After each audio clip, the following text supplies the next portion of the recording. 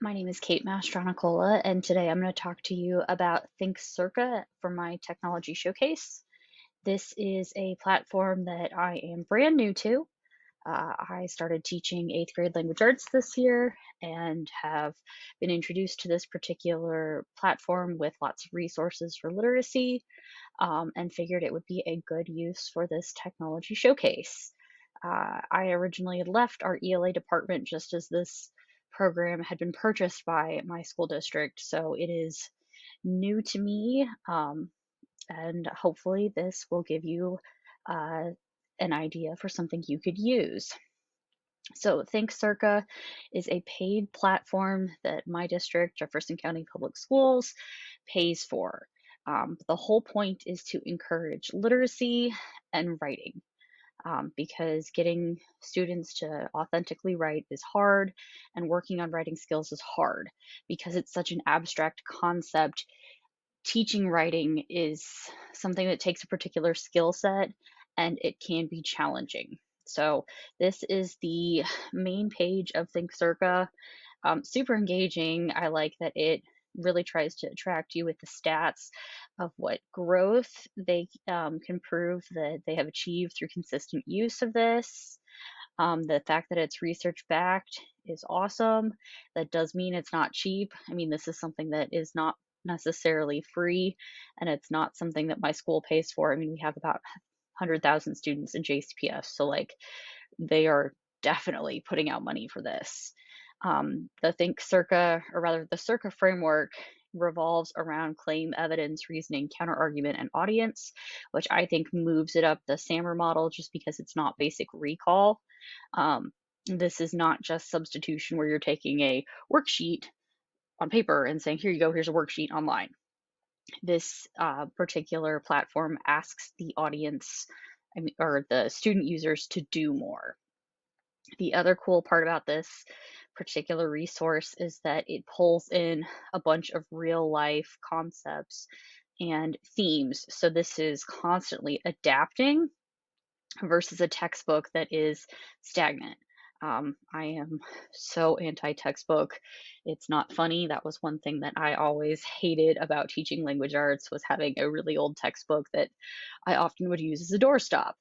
When it got too hot, I'd prop the doors open, and there you go. That's what we used our textbooks for. So getting me to buy into some kind of platform that is content-based is a hard sell. I am very particular about what resources I use because I want students to feel the authenticity behind it.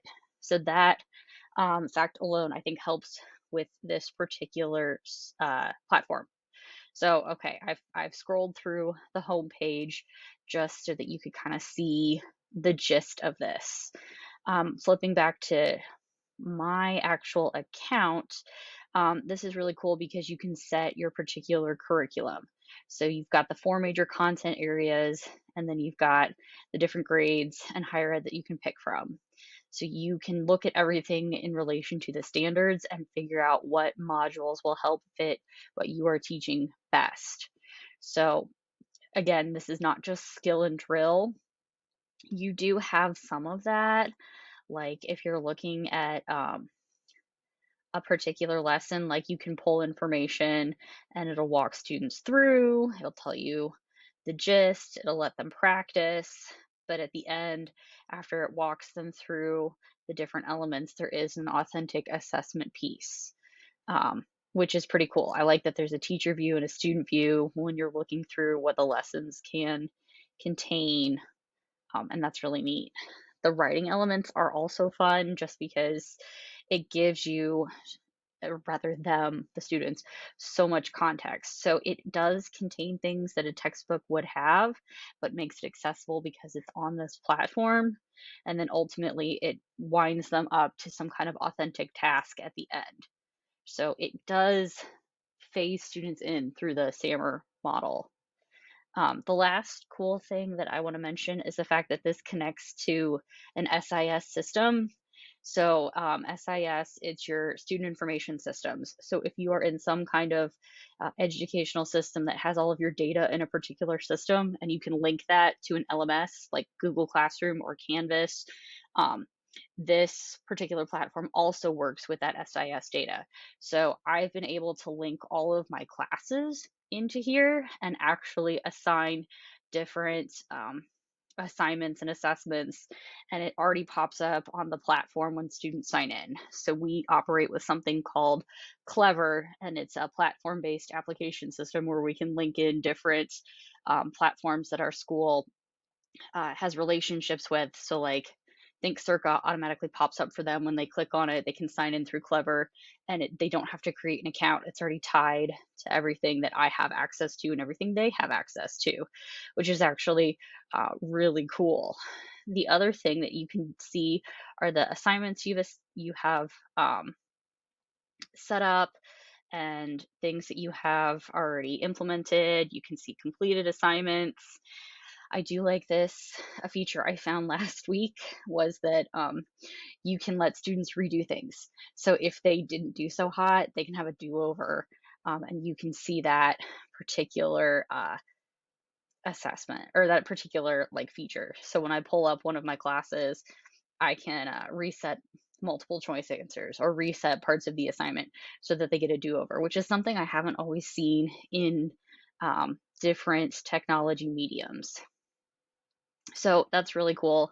Um, I think that it all connects and plays nice because in this day and age, when you are having all these different tools and faced with the conundrum of what do you pick, having integration is huge. So, yes, the downside is you have to pay for this, but you do end up having that security and that connection to your systems, and you know it's protected. My district is super big on picking resources that have been vetted and know or and are things such that we know won't steal student data or mess with anything, since they're minors that we work with. So that's huge.